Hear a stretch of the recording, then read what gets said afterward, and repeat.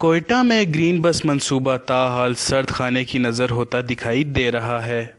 رواں سال مارچ کے اختتام پر وزیر اعلیٰ بلوچستان میر عبدالقدوس بزنجو نے چیف سیکرٹری بلوچستان کو صوبائی دارالحکومت میں 3 ماہ میں گرین بس سروس کے آغاز کو یقینی بنانے کی ہدایات جاری کی تھیں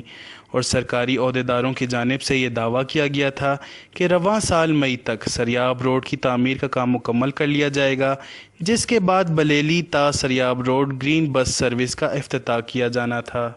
مگر زمینی حقائق اس کے بالکل برعکس دکھائی دیتے ہیں۔ سریاب روڈ کی توسیع کا کام تاحال سست روی کا شکار ہے اور پوری سریاب روڈ پر کوئی مزدور یا ٹھیکیدار دوربین سے بھی دکھائی نہیں دیتا، جبکہ ایک سرکاری ویئر ہاؤس میں کھڑی 8 گرین بسز بھی خستہ حالی کا شکار ہوتی جا رہی ہیں۔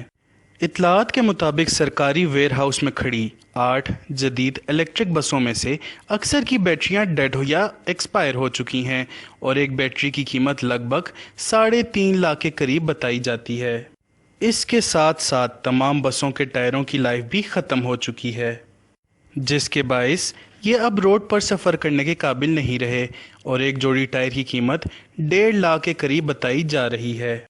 کل ملا کر ٹیکسز کے بغیر ان بسوں کو روڈ پر لانے کے لیے کم از کم 50 لاکھ کی مزید رقم خرچ کرنا ہوگی، جس کی ذمہ داری سراسر حکومت وقت پر عائد ہوتی ہے۔ کوئٹہ کی عوام امید کرتی ہے کہ حکومت وقت اپنے دعوے پر پورا اترتے ہوئے جلد از جلد گرین بس سروس کا آغاز کر کے عوام کے پیسوں کا مزید ضیاع ہونے سے بچا لے گی۔ وش نیوز، کوئٹہ۔